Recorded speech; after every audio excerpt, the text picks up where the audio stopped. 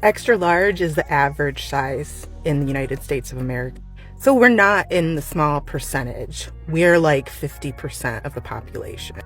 Have the day you deserve. The comment says, if you're bigger than 2X, it's nobody's job to make sure there's clothes to fit you. You're the small percent, now all clothes are going to fit you, and that's on you. Should there be clothing options for obese people that are over a size 2X? Yeah, people of all sizes should have some sort of availability to clothes. You shouldn't have to walk around buck naked in public. We all need clothes. Now, are clothes that are available to you going to fit you the way that you want it to fit on your body? That's a different story. The bigger you are, chances are you're going to have to get some clothes custom made. Even some people that aren't obese need to get their clothes tailored to fit their bodies. If what she says is true, about 50% of the US population wearing an average of an X large, it shows that people are eating too much and not moving enough, me included.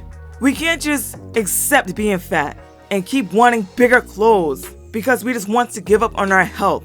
Should you want to strive for a size 0? No, there's just way more clothing options for people who aren't obese. Me personally, that's one of the reasons why I wanted to get to a healthier weight.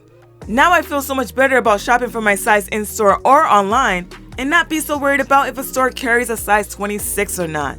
Okay, so as a community that is operating in the body liberation, fat activism world, we are no longer posting before and after photos. Everybody knows that, right? And if you have, that's okay. I'm not here to shame you, but I am here to help educate you. Before and after photos, especially on a weight loss journey, are incredibly problematic for the rest of the community. They're problematic for so many reasons, but the one I'm going to address today, you are simply stating that the before photo, the fat body that you lived in before, is not good, and that the thin body that you have after is good. The problem is, a lot of this community still resides in that type of body. They resonate with that type of body, and by putting them next to each other and saying the fat body is not worthy, but the thin body is, you are doing so much harm to your fellow human. So I'm pleading with you, once you know better, do better. There is no room for the diet culture and the body liberation fat activism movement, period. It literally harms the most marginalized in this community. So stop doing it! Okay, that being said, after some translations, I think the following is what she really meant to say. Let's run it back. Okay, so as a community that is operating in the body liberation fat activism world, we are no longer posting before and after photos. Everybody knows that, right? I'm in charge of the body liberation movement. I demand you to stop posting your before and after photos of yourself and stop infiltrating the communities we stole from you. And if you have, that's okay. I'm not here to shame you, but I am here to help educate you. Before and after photos, especially on a weight loss journey, are incredibly problematic for the rest of the community. I'm not here to shame you, but yeah, stop it. Don't post your before and after photos because you're making me and the rest of the community feel bad for how fat we are. Problematic for so many reasons, but the one I'm going to address today, you are simply stating that the before photo, the fat body that you lived in before, is not good. You keep reminding me of all the reasons why I want to be thin, and that's not good. And that the thin body that you have after is good. And even though you never said that your body was bad, I'm going to assume that because I think my body is bad. And I wish I had your body so I can feel good. Problem is, a lot of this community still resides in that type of body. They resonate with that type of body. And by putting them next to each other and saying the fat body is not worthy, but the thin body is, you are doing so much harm to your fellow human. Seeing your weight loss results is problematic because I gave up on myself and my health. And I decided that it was too hard for me to lose weight. And looking at your weight loss results keeps reminding me that I'm not willing to work as hard as you did to reach my weight loss goals. And you're making me feel really bad about it. So I'm pleading with you, once you know better, do better. I'm pleading with you. Stop hurting my feelings. There is no room for the diet culture and the body liberation fat activism movement, period. Stop reminding me that I'm obese already. I don't want to change my life because it's too hard.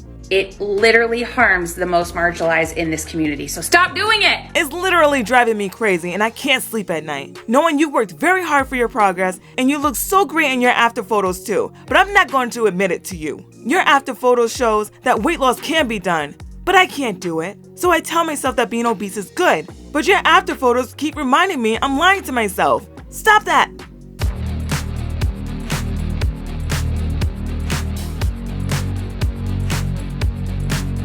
The caption says, "The stages of Noom for the lifetime dieter." She goes on to say, "Excited to try something other than dieting. Scanning all your foods feel a little familiar.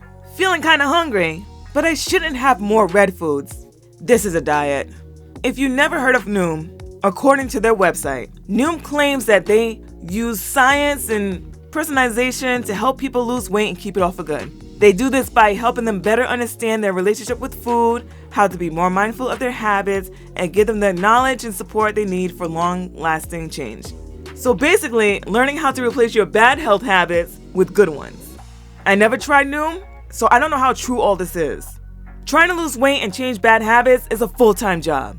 You have to put your focus on making sure you're practicing these good habits every single day before they even stick. It takes months, even years to see a complete change. And even then, you can easily revert back to bad habits like nothing. The caption under this TikTok says, "Noom was the last diet I've tried before I quit intentional weight loss forever. Totally worth it." What did you expect? Did you expect the app to do the work for you? I don't know how many times you tried dieting. What I do know is you're going to fail multiple times. You're going to fail a lot. I did, and I still do. I was on track with my diet for 4 months straight. One of my longest streaks. I was eating foods that was good, exercising, all that. And then one day, temptation hit hard, and boom, I messed up. And I couldn't get back on track for weeks. Does that mean I should give up and join the fat acceptance movement?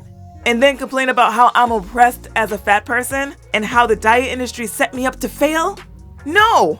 I reassessed my plan, figure out how I can avoid temptations like that in the future, and start again when I got my head right. There's no giving up. You gotta start over. It's part of the process. You're not perfect. It takes time to turn bad habits into good ones in any area of your life. So Noom didn't work for you. Okay, not all diets will work for all people. That's why there's a million of them out there. As long as your doctor says it's okay, you can eat whatever you want as long as you're in a calorie deficit.